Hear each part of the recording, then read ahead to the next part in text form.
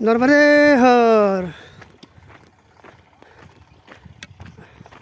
आज आमचा परिक्रमेचा जवळजवळ शेवटचा दिवस आहे आणि मुंदीपासून सकाळी निघालो.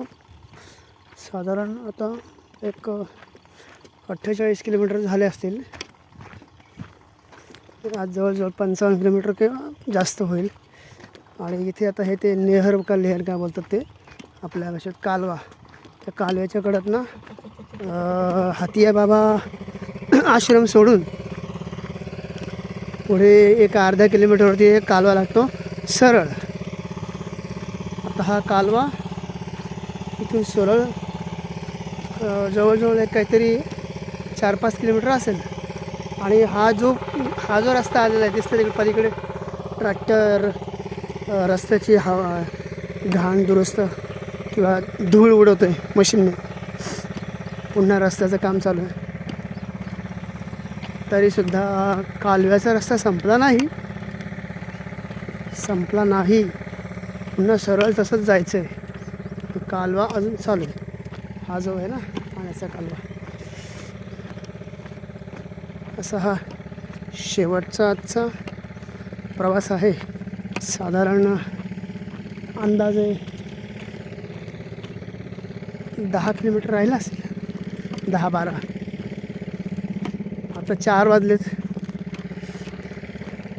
आत्ताचा सध्याचा वेग कमी आहे, ताशी 4 किलोमीटर. मग 4, 5, 6, 6:30, 7 पकडू, 7पर्यंत पोहोचतो ओंकारेश्वरला. असा हा प्रवास आहे.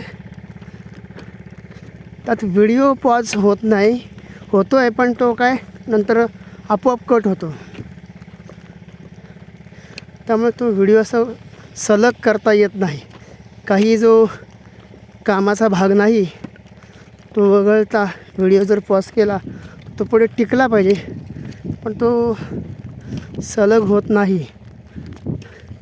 त्यामुळे आता काय करणार, सध्या या पाण्याच्या प्रवाहाबरोबर आमचा हा शेवट जवळजवळ काहीतरी 78 का 75 78 वाटतं. हो, 78वा दिवस आहे आजचा. ओंकारेश्वरला आम्ही आज 7 वाजता पोहोचणार.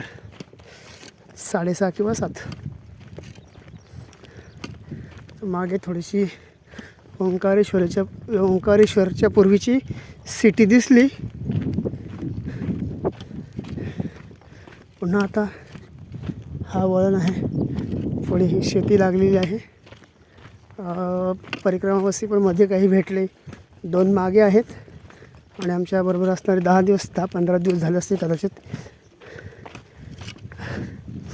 तर हे बाबा अहिल्यानगर म्हणजे अहमदनगर जुनं आणि आताचं अहिल्यानगर, तिथले हे बाबा आहेत आपल्याकडचे महाराष्ट्रीयन.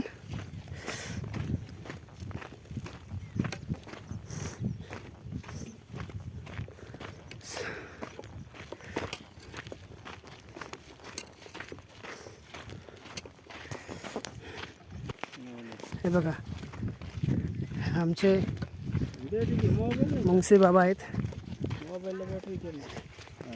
अण्णासाहेब नर्मदे हर. पुढे काकासाहेब आहेत आणि ते बाबा. त्यांना थोडंसं आता थांबायला सांगणार आहे मी.